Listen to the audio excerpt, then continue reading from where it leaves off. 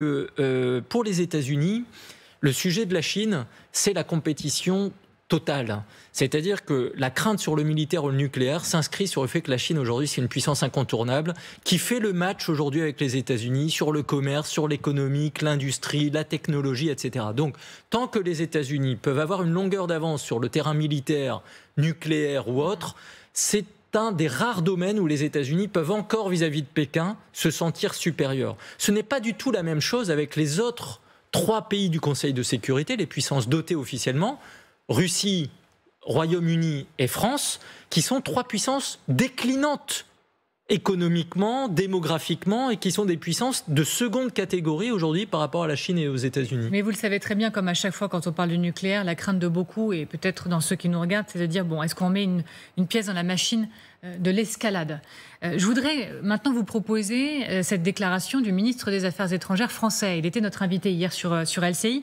Donald Trump n'avait pas encore tenu ses propos, mais il dit sur le nucléaire, il met en garde, attention, dit-il, à ne jamais employer cette arme nucléaire dans une rhétorique d'escalade ou d'intimidation. On va en reparler juste après. D'abord, regardez. Les États-Unis, le Royaume-Uni, la Chine, la France et la Russie. Ce sont 5 pays qui non seulement ont des responsabilités éminentes vis-à-vis de la sécurité et de la liberté du monde, mais ce sont aussi 5 nations qui sont les seules à avoir le droit d'être dotées de l'arme nucléaire. Mais avec le droit vient une responsabilité particulière, celle de ne jamais employer l'arme nucléaire dans une rhétorique d'escalade ou d'intimidation. Malheureusement, je dirais que la Russie de Vladimir Poutine, ces dernières années, a failli à tous ses devoirs. Parce qu'elle a, en quelque sorte, détourné cette responsabilité que lui ont confiée les nations du monde, il y a 80 ans, au profit d'une aventure coloniale et impérialiste. Yannick Pincé, attention à ne jamais employer cette arme nucléaire dans une rhétorique d'escalade ou d'intimidation, dit Jean-Noël Barrot. Pourtant, vous estimez que c'est ce que fait Donald Trump ces dernières heures ? Donald Trump, en réalité, répond à Vladimir Poutine, qui lui-même répond à Donald Trump. On est dans un dialogue politico-stratégique. Il ne faut pas oublier que l'annonce des nouveaux vecteurs, des essais de nouveaux vecteurs qui a été faite par Vladimir Poutine cette semaine, se fait après un nouveau train de sanctions appliqué par les États-Unis, dont on sait qu'ils commencent et qu'ils vont faire très mal à la Russie. Et Donald Trump a répondu, en fait, à la riposte de Vladimir Poutine. Il faut aussi voir ce qu'il y a derrière. C'est que lorsque l'on s'engage dans la rhétorique nucléaire, ça peut aussi être, paradoxalement, le signe d'une certaine faiblesse. L'historien que je suis fait forcément référence à la crise de Cuba, et la crise de Cuba était liée notamment aux difficultés qu'avait l'URSS de l'époque dans la crise de Berlin, qui s'est terminée par un aveu d'échec et la construction du mur de Berlin. Donc il faut faire attention, on est sans doute dans un recours de cette rhétorique nucléaire de la part de la Russie, de ce qui peut s'apparenter à une escalade, pour répondre à une faiblesse. Merci Claire Cambier. Oui, je rejoins ce qui a été dit. Il veut s'afficher comme une superpuissance face au test du Poséidon, du Bourevestnik. Tests dont on ne sait pas vraiment s'ils ont été réussis. Ça montre aussi une faiblesse dans l'armement nucléaire américain. On le sait, il y a eu, j'en parlais tout à l'heure, ces tests du Minuteman cette année. Il y a une volonté de moderniser tout cet arsenal. Et ça, c'est quelque chose qui a déjà été entamé aux États-Unis. Ils veulent mettre en place le nouveau missile balistique Sentinelle à horizon 2030. Vous voyez que là encore, on arrive à ce fameux délai de 5 ans.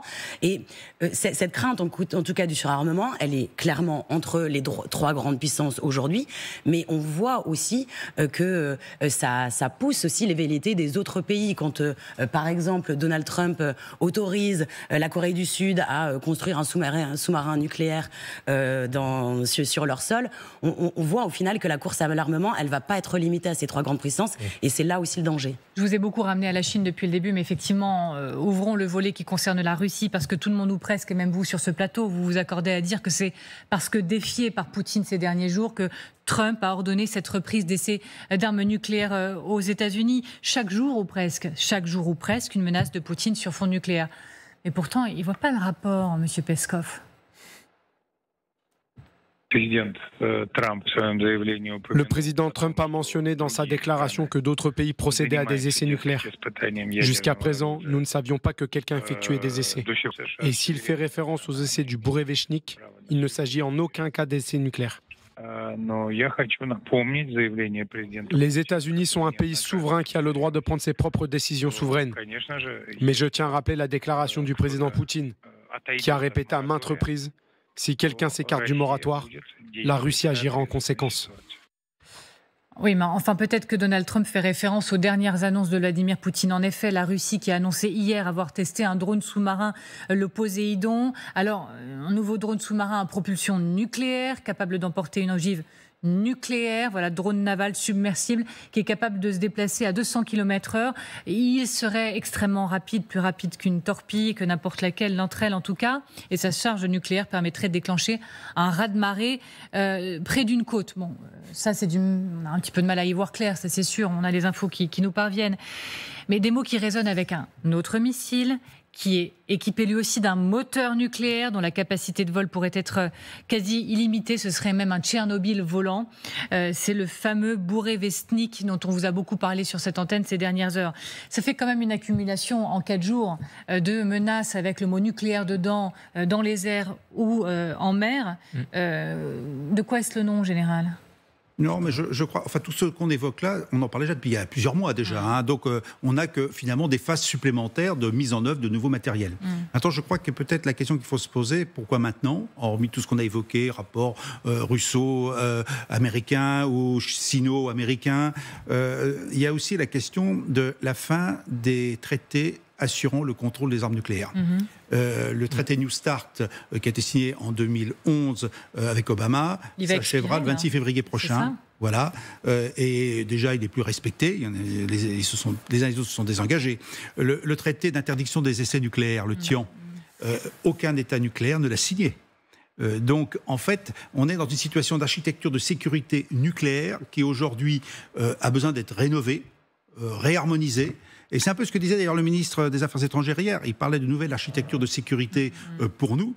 Mais aujourd'hui, cette nouvelle architecture de sécurité ne peut pas enlever la question du nucléaire et donc de la sécurité européenne dans ce contexte. Je vais être parfaitement excessive et vous m'en excuserez, Yannick Pincé, mais on a l'impression qu'avec ce traité, effectivement, qui va expirer en février prochain, il y a une forme de Far West du nucléaire qui est en train de s'établir, où chacun reprend ses billes et dit, en fait, ce sera chacun nos règles. Et donc, on est très décomplexés les uns et les autres. On est chinois, on est américain, on est russe. On va parler de la France peut-être dans quelques instants. Qu'est-ce que vous en pensez ? Moi, je pense que justement, cet horizon du New Start peut être un élément d'explication de ce qui se passe actuellement. Parce que quand on négocie des armements, il est toujours bon d'avoir le plus possible à négocier pour rester à un niveau tout à fait acceptable. C'est-à-dire qu'on montre un petit peu les muscles avant la négociation pour obtenir le plus de l'adversaire. Ce que je veux dire par là, c'est que Vladimir Poutine a fait des offres pour renégocier le New Start. Il a d'abord demandé à ce qu'on le prolonge d'1 an. Et justement, multiplier les vecteurs est quelque chose qui permet de rentrer dans cette négociation parce que habituellement, ce qu'on négocie dans des armements stratégiques, ce sont les missiles sol-sol, les missiles intercontinentaux, les missiles qui sont tirés depuis les sous-marins et les bombardiers à très longue portée. Et ajouter une nouvelle catégorie de vecteurs est une manière de brouiller un petit peu les pistes et d'amener chacun à céder. Et si Donald Trump rentre aussi dans cette logique-là, c'est parce que lui aussi, il veut avoir quelque chose à négocier. Et pourquoi pas faire venir les Chinois à la table des négociations sur cette question-là. On continue d'en parler, mais je voudrais qu'on revienne sur le Burevestnik principalement, parce qu'on a l'impression que c'est ça le déclencheur. Pour certains, c'est le fait que ce missile en particulier, il a une portée très importante. Alors voilà, pour beaucoup, c'est cette carte dans le viseur. Depuis Moscou, on pourrait aller jusqu'à San Francisco, par exemple. C'est ça ce qui expliquerait, effectivement, selon vous, l'accélération de Donald Trump ces toutes dernières heures dans ce domaine ? Bon, ce qui est sûr, c'est que Donald Trump, il a à la fois un propos qui peut être parfois très volatile et il a une capacité chaque jour à chauffer le froid, refroidir le chaud et il aime bien montrer que c'est lui un peu qui doit tirer les ficelles. Moi, ce qui me frappe beaucoup dans ce débat, en fait, à entendre aussi les collègues sur le plateau et Yannick à distance, c'est finalement... Bon, on parle de droit quand on parle de nucléaire, sauf que le droit est bafoué terriblement ces dernières années par de nombreuses nations. On parle de vérité créer ou de contre-information ou désinformation. On nous montre des images, on ne sait pas si c'est opérationnel, on ne sait pas si c'est pour faire peur.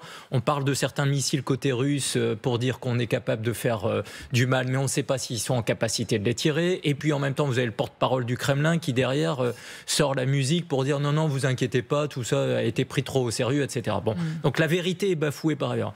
Et puis je suis désolé, il y a un troisième domaine qui est quand même sous tension. C'est le dialogue international. C'est que précisément, on peut avoir une vision maximaliste en révision du traité nucléaire pour dire on va gonfler un peu pour obtenir le maximum, le mieux. Mais on a quand même une dynamique générale ces dernières années où on n'est pas dans la détente. On n'est pas dans la détente diplomatique, on n'est pas dans la détente commerciale. Donald Trump ou d'autres arsenalisent les relations économiques autour des ressources, sur l'accès aux ressources. Ce qui est à nous, ce qui est à vous est négociable. Donc tout est arsenalisé. Et au niveau militaire, le général l'a dit, c'est qu'on est dans une dynamique générale dans le monde de réarmement. Pas que sur le nucléaire, c'est vrai sur le naval, c'est vrai dans de nombreux aspects. Donc on n'est pas dans un moment de détente des relations internationales, on n'est pas dans un moment de dialogue multilatéral, on n'est pas dans une défense du droit.